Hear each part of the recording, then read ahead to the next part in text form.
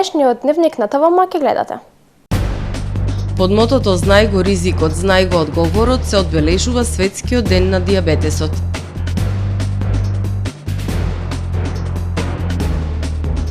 Ке се рехабилитира граничниот премин Ќафасан. Ученичките од текстилниот смер на Струшкото училиште Нико Нестор дел од платформата за женско семејно претприемништво.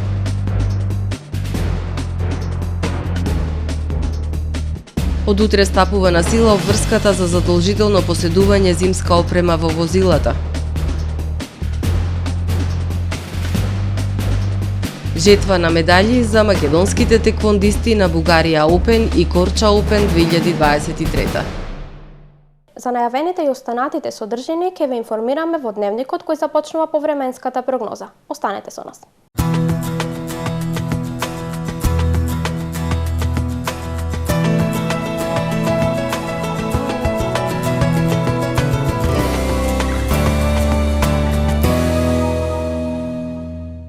Во Охрид денес по студеното утро во текот на денот имавме претежно сончево време со појава на локална облачност.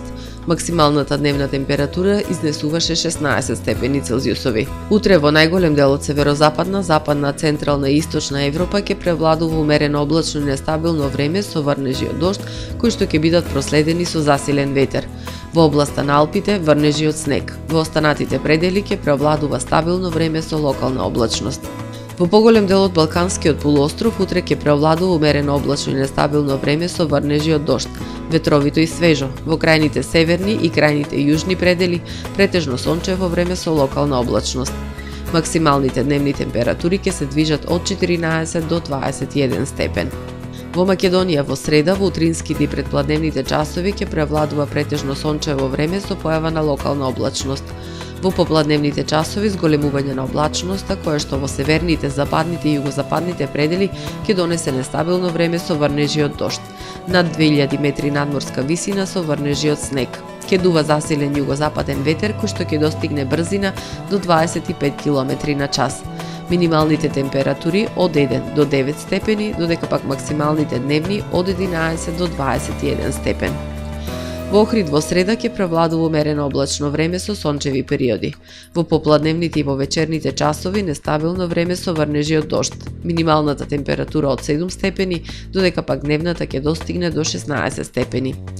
Во Охрид во четврток ќе превладува претежно сончево и топло време со појава на локална облачност со максимални 14 степени. Во петок умерено облачно време со сончеви периоди, попладне и навечер со врнежи од дожд. Минималната температура од 2 степени, додека пак дневната до 9 степени. Во сабота ќе превладува умерено облачно и нестабилно време со врнежи од дожд и посвежо, минималната температура од 6 степени, додека пак дневната ќе достигне до 8 степени.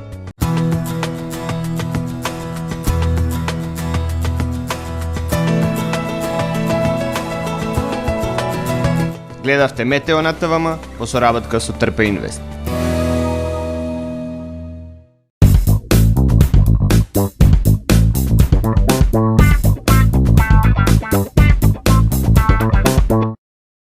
Тамаро е 25 години охридски водечки лидер и препознатлив бренд. Обуките од менаџерскиот тим се доказ за максимална посветеност кон вработените. Тамаро Холдингот се грижи за организацијата и на време пренесените информации кои отсликуваат тимската работа. Секој успех на вработениот е успех и на компанијата.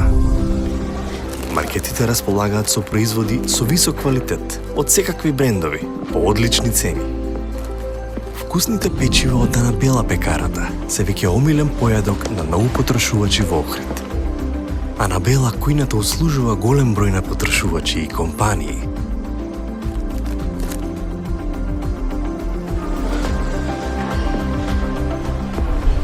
Рибарата е секогаш снабдена со најразлични видови на риба и морски плодови. А месарниците располагаат со свежо месо и месни производи во секое време. Уживајте во својот охридски домаќин. Тамаро, повеќе од маркет. Добре дојдовте во светот на Кармен Бау Центар. Во беспрекорно уреден продажен простор, купувањето во еден Бау Центар никогаш не било попријатно. Со гордост ви го представуваме нашиот шоурум Мараци, со најголем избор на плочки од мараци и санитарија од светски познатите брендови Грое, Колпасан, Идеал Стандарт, Рока, Унитас. На располагање ви е нашиот архитект, кој ќе ви помогне во осмислување на вашиот проект. Располагаме со најбогатата палета на ламинат во државава. Одберете од 100 различни дизајни на Swiss Chrono. Покрај стандардниот избор на фасадните системи Knauf и Бекамент, ви нудиме богат избор на професионален алат на реномираните производители Bosch и DeWalt. Кармен Бауцентар на улица Железничка.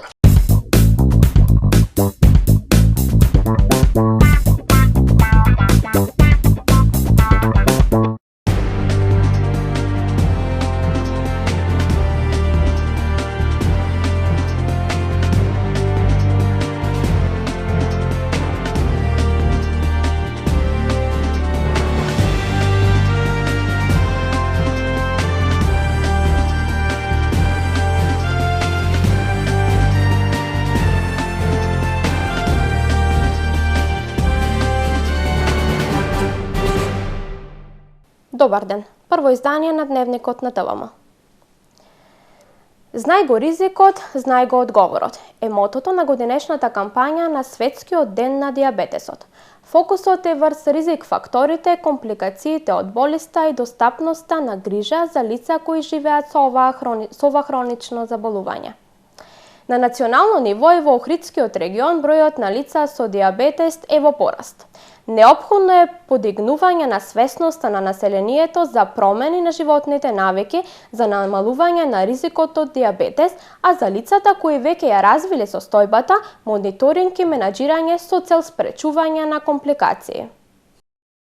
Се зголемува бројот на лица со дијабетес. Од 2019 до 2022 година стапката на новодијагностицирани пациенти на национално ниво е во постојан пораст.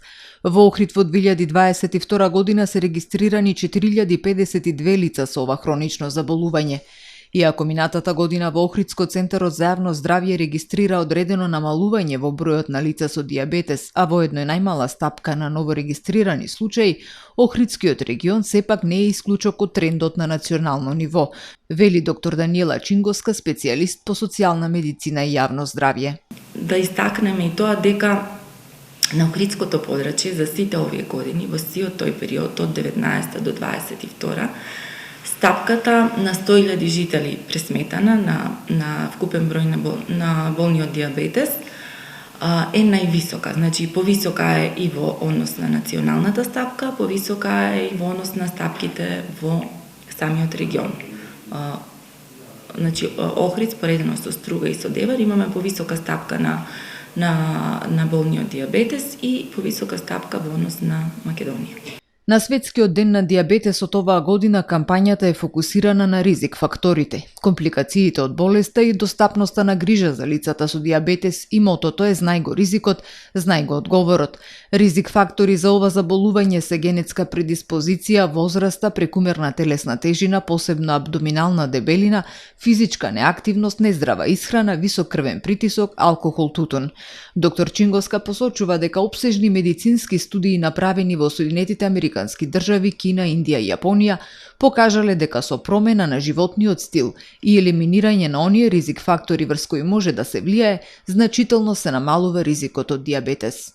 Овие студии даваат сериозни докази дека само промена на телесна тежина, односно намалување на телесната тежина и физичката активност го намалуваат за половина ризикот од настанување, односно развивање на состојбата дијабетес мелитус. Значи, со само 30 минути дневно, физичка активност, која што уклучува умерена физичка активност од типот на пешачење, на џогирање, возење велосипед и намалување за 15 некаде проценти на телесната маса, доведува до намалување за 58% намалување на ризикот за развој на дијабетес мелитус. Лицата кои живеат со диабетес треба посебно да се придржуваат до здрав животен стил кој вклучува и посебен режим на исхрана со цел да се одржува шеќерот во крвта во одредени граници и да се спречат компликациите од диабет како оштетување на крвните садови, нерви, бубрежни оштетувања, кардиоваскуларни заболувања и ампутација на долни екстремитети.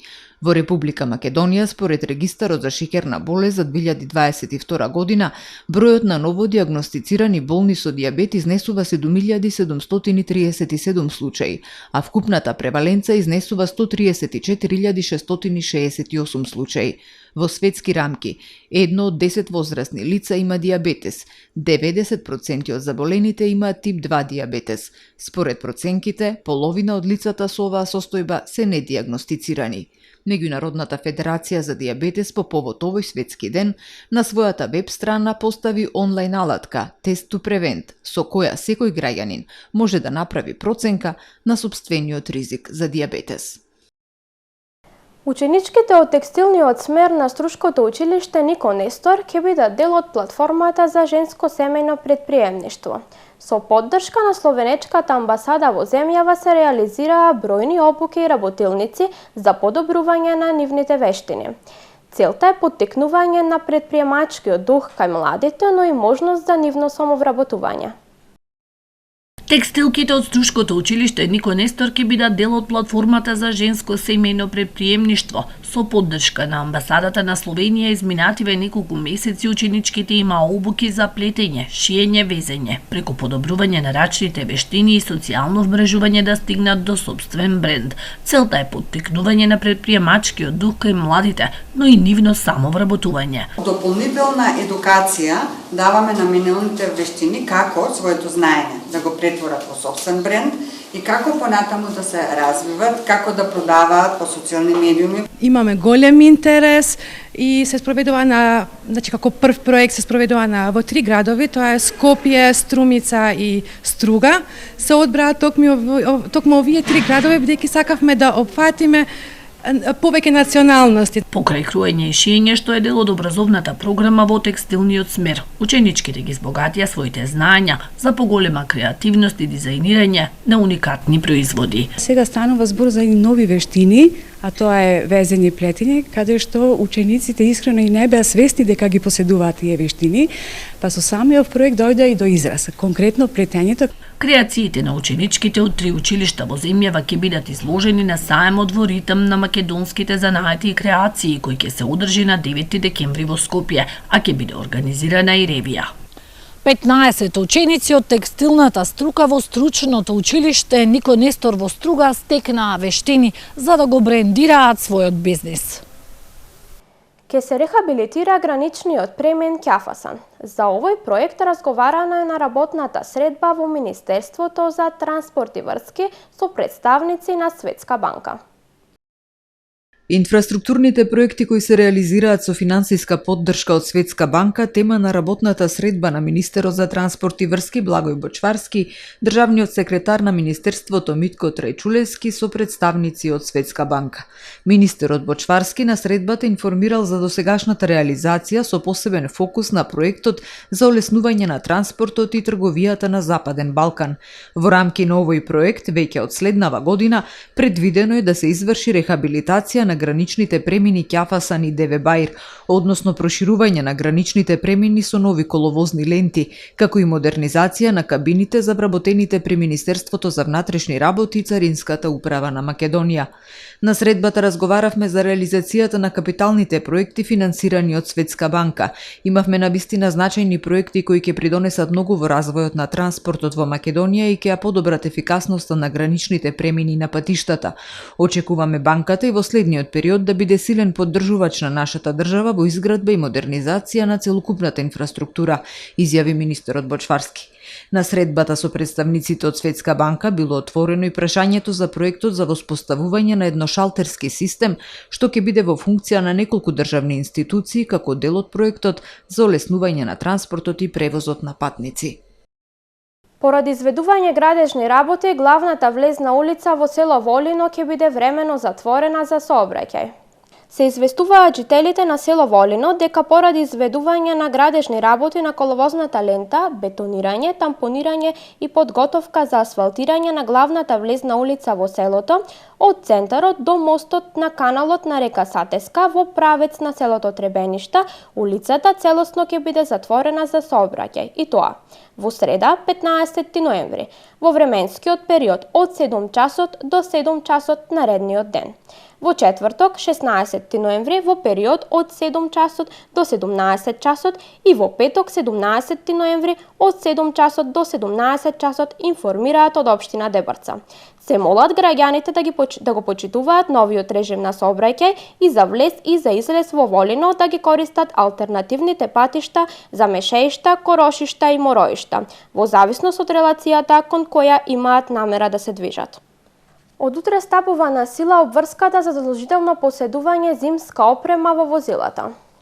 Од 15 ноември до 15 март, возилата кои учествуваат во јавен сообраќај на патиштата задолжително треба да поседуваат пропишана зимска опрема, согласно одредбите од правилникот за задолжителна опрема на возилата за безбедно учество во сообраќајот на патишта, информираат од Министерството за внатрешни работи. Апелираат возачите да се придржуваат кон законската обврска за поседување на зимска опрема, бидејќи така овозможуваме непречено и безбедно одвивање на сообраќајот на патиштата во зимски услови, велат од МВР. 6-та годишна регионална конференција за е-трговија, посветена на редефинирањето на е-трговијата во ера на вештачка интелигенција, во организација на Асоцијацијата за е-трговија на Македонија. Конференцијата ја отвори председателот Стево Пендаровски, кој во своето обраќање истакна дека е-трговијата зема се поголем замав и дека вештачката интелигенција повеќе не е сведена само на агрегат за реклами, туку прераснува во орбетен столб на малопродажбата. Председателката на Асоцијацијата за е-трговија на Македонија, Нина Ангеловска, и оваа година го презентираше најновиот извештај за е-трговија во Македонија. Ангеловска потенцираше дека црногорците и македонците водат со 88% од населението кое користи интернет. Балканците генерално го користат интернетот за да се јавуваат, албанците го користат интернетот за изразување на политичко мислење, босанците највеќе го користат интернетот за продажба на производи, додека македонците највеќе купуваат производи од домашниот пазар, а највеќе се купува облека, обувки, производи за убавина и козметика. Жетва на медали за македонската традиционална теквондо федерација на Бугарија Опен и Корча Опен 2023. Македонските репрезентативци се вратија со 18 златни, 12 сребрени, 15 бронзени медали и 6 пехари. Македонската традиционална таеквондо федерација викендов учествуваше на 2 меѓународни надпревари во Бугарија и во Албанија. Македонската традиционална таеквондо федерација под водство на председателот Маријанчо Лазаревски учествуваше на меѓународниот таеквондо ИТФ А класа надпревар Бугарија Опен 2023 во Пловдив, на кој учествуваа над 700 надпреварувачи од 12 земји од Европа. На овој престижен надпревар охриѓанката Христијана Парулеска, која поради повреда се уште не се надпреварува, ја имаше честа да ја дели правдата, поканета од страна на бугарската ИТФ, со што беше прогласена во најдобрите 10 судии на надпреварот. На овој надпревар учествуваа 5 надпреварувачи од клубовите: таеквондо клуб Хваранг ИТФ Лескоец Охрид, Сонкал Мислешево Струга, кои освоија 3 медали, од кои 1 сребрен и 2 бронзени. Освојувачи на медали на Бугарија Опен се Давид Крстески второ место, Елена Јанеска трето место, Теодора Тодоровска трето место. Истовремено македонската традиционална таеквондо федерација под водство на националниот селектор Саша Поповски учествува и на меѓународен таеквондо ИТФ надпревар Корча Опен 2023 во Албанија, каде учествуваа 27 надпреварувачи од клубовите: Хваранг ИТФ Лескоец Охрид, Мастер Охрид, Чон Джи Косел, Ахилиус Скопје и Сонкал Мислешево Струга, додека двајца наши суди, Божидар Димитриевик и Софија Колушовска, ја делеа правдата. На овој надпревар освоени се вкупно 18 златни, 11 сребрени, 13 бронзени и 6 пехари, од кои 5 за најдобри поединци и пехар за најдобар клуб за таеквондо клубот Хваранг ИТФ Лескоец Охрид. Освојувачи на пехари на Корча Опен се Софија Колушовска, Давид Ристески, Анастасија Трифуновска и Климент Богоевски од Хваранките Лесковец Охрид и Теодора Митреска од Мастер Охрид. Председателот на Македонската традиционална теквондо федерација Маријан Чолазаревски и националниот селектор Саша Поповски изразија најголема благодарност до генералниот спонзор Панаметал, општина Охрид и Агенцијата за млади и спорт. Во продолжение да ги погледнеме и вестите од светот. Европа на Украина не има испорачано ни третина од ветеното оружје. Најверојатно нема да може да испорача 1 милион гранати до март 2024 година, како што беше претходно договорено, изјавил германскиот министер за одбрана Борис Писториус. Досега до Киев биле доставени околу 300.000 проектили. Гласовите кои што од почетокот предупредуваат дека целта од 1 милион е нереална, сега за жал се докажа дека се во право, рече Писториус, цитиран од агенцијата ДПА. Во Брисел, министрите за одбрана на државите членки на Европската Унија организираат состанок на кој ќе разговараат за продолжување на испраќање поддршка на Украина. Плановите за воена помош од 20 милиарди евра до 2027 година веројатно нема да ја добијат потребната едногласна поддршка, смета агенцијата. Пред тоа министрите ќе имаат неформален работен појадок со главниот секретар на НАТО Јенс Столтенберг. Околу 180 пациенти на болницата Ал-Шифа се погребани денес во заедничка гробница во Газа. Болничкиот комплекс Ал-Шифа од саботата е без напојување со електрична енергија, поради што 7 предвремено родени бебиња починале. Немаат ниту вода, ниту храна. Докторот болницата изјавил дека медицинскиот тим се согласил да ја напушти болницата само ако прво се евакуираат пациентите. Во Ал-Шифа имало 600 пациенти, 37 бебиња, од кои некои биле на интензивна нега. Бараат гаранција дека постои сигурен коридор за евакуација. Канцеларијата на Обединетите нации за хуманитарни прашања ОСНА објавила дека само една болница на северот може да лекува пациенти. Рускиот председател Владимир Путин го одобри усвојувањето на измените на законот за председателски избори во земјата. Наведено е во указот објавен на официјалниот портал за правни информации. Измените предвидуваат забрана за кампања за сите блокирани ресурси, а документот содржи и низа појаснувања, меѓу другото во однос на работата на медиумите, пренесува Тањук. Според измените на законот, на состаноците на изборната комисија можат да присуствуваат само представници на медиумите кои работат со договор за вработување, а воведени се и ограничувања за фотографирање и снимање на избирачките места во воените објекти, наведува агенцијата. Освен тоа, гласањето во руските региони во кои е воведена воена состојба е можно врз основа на резултатите од консултациите на Руската централна изборна комисија со Министерството за одбрана на Русија, Федералната служба за безбедност и гувернерот на соодветниот регион. Историското судење на мафијата во Италија пред крај. Обвинителството побарало вкупна затворска казна од 5000 години за 322 членови на најмоќната италијанска мафија на Ндрангета. Тригодишното судење кое се одржува под највисоки безбедносни мерки неделава ќе биде завршено со донесување на пресуда. Ндрангета действувала во повеќе од 40 земји и има монопол на трговијата со кокаин во Европа.